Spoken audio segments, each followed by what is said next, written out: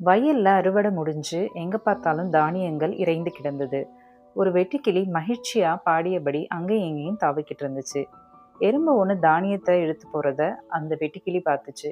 எறும்பே, இங்க தானியங்களுக்கா பஞ்சம்? ஏன் இப்படி துன்பப்படுற?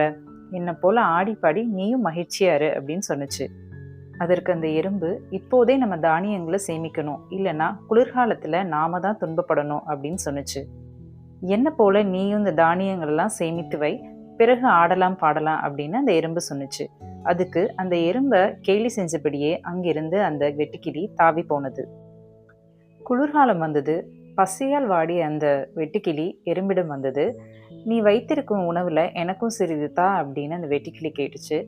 உன்னிடம்தான் தானியத்தை நான் சேமித்து வைக்க சொன்னேன்ல, என்னை கேலி செஞ்சு பாடியபடி போனியே, இப்போதும் அப்படியே மகிழ்ச்சியா இரு, உணவு எதுவும் தர முடியாது அப்படின்னு அந்த எறும்பு சொல்லுச்சு.